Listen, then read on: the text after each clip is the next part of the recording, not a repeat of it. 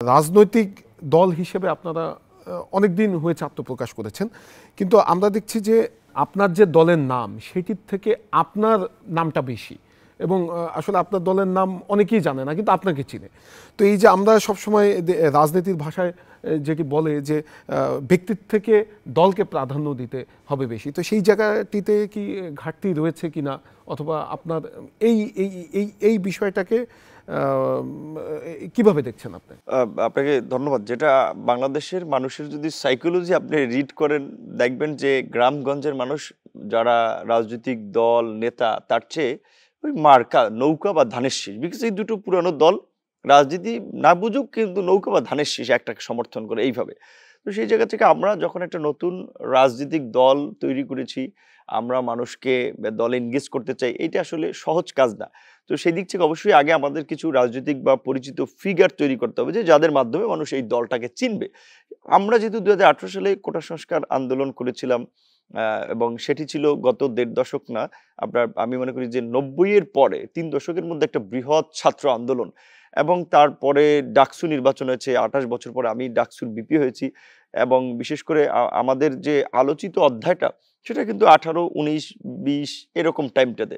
সেই সময় আসলে আমাদের কোনো রাজনৈতিক দল ছিল না। কাজেই সব মানুষ কিন্তু জানতো যে আচ্ছা একটা লোক খুব স্ট্রংলি সব বিষয়ে কথা বলে, তারা প্রতিবাদ করে, হ্যাঁ, তাদের নেতা হচ্ছে ভিপি নূর। এই হিসেবে মানুষ আমার ব্যক্তি নামটা হয়তো খুব বেশি স্প্রেড হয়েছে বা পরিচিতি পেয়েছে। কিন্তু আমরা দলটা করলাম ২১ সালের শেষ দিকে। তখন হচ্ছে বলা চলে যে আমাদের বলা চলে যেই আপনার একেবারেই একটা আপনার মোমেন্টাম, সেই মোমেন্টামে কিন্তু ব্যক্তি হিসেবেই আমি সবার কাছে পরিচিতি পেয়েছি। আফটার মোমেন্টাম আমরা দলটা করেছি। সেই জায়গা থেকে হয়তো দলটাকে সবার কাছে ওইভাবে নামটা পরিচিত করানো যায় নাই। কিন্তু আমার মনে হয় যে এখন মোটামুটি সবাই জানে। আর আমাদের দলের, এবং আমি ব্যক্তিগতভাবে এটা খুব ধারণ করি, যে ব্যক্তির চেয়ে দল বড়, দলের চেয়ে দেশ বড়।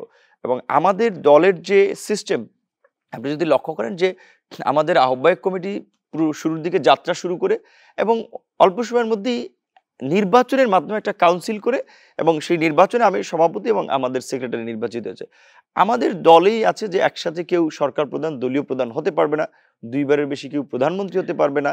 এবং দলের মধ্যে যে গণতান্ত্রিক চর্চা, যেটা সমস্ত মানুষের একটা কনসার্ন, যে রাজনৈতিক দলগুলো দেশকে গণতান্ত্রিক করবে, গণতন্ত্রের প্রাতিষ্ঠানিক রূপদান করবে, তাদের মধ্যেই তো গণতন্ত্রের চর্চা নেই। ৪০-৫০ বছর ধরে একজনের দলের চেয়ারম্যান সভাপতি হয়ে আছে। সেই দিক থেকে গণ অধিকার পরিষদে আমরা এই গণতান্ত্রিক চর্চাটা নিশ্চিত করার চেষ্টা করছি, এবং আমরা বিশেষ করে এরকম একটা প্রতিকূল সময়ে লড়াই সংগ্রাম করে আমরা দেখা যায় দীর্ঘদিনে নিবন্ধন পাইনি। এখন আমরা নিবন্ধন পেয়েছি। এতদিন আমাদের কোনো ফিক্সড মার্কা ছিল না। কাজেই অনিবন্ধিত একটা দল হিসেবে অনেকের কিন্তু দলে যোগদানের বিষয়ে একটু শঙ্কা ছিল। আচ্ছা, এই দলটা টিকে নাকি কতদিন যায়?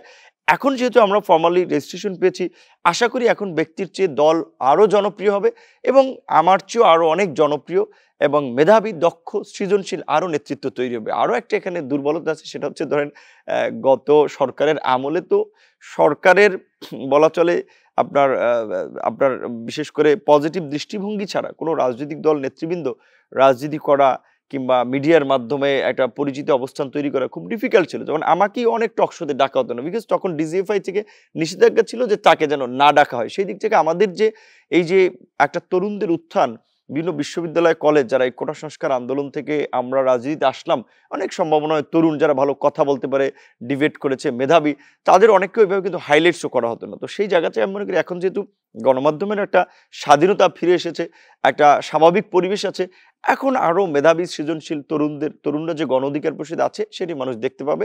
সেই ক্ষেত্রে অবশ্যই সব মহলের একটা ইতিবাচক দৃষ্টিভঙ্গিও প্রয়োজন।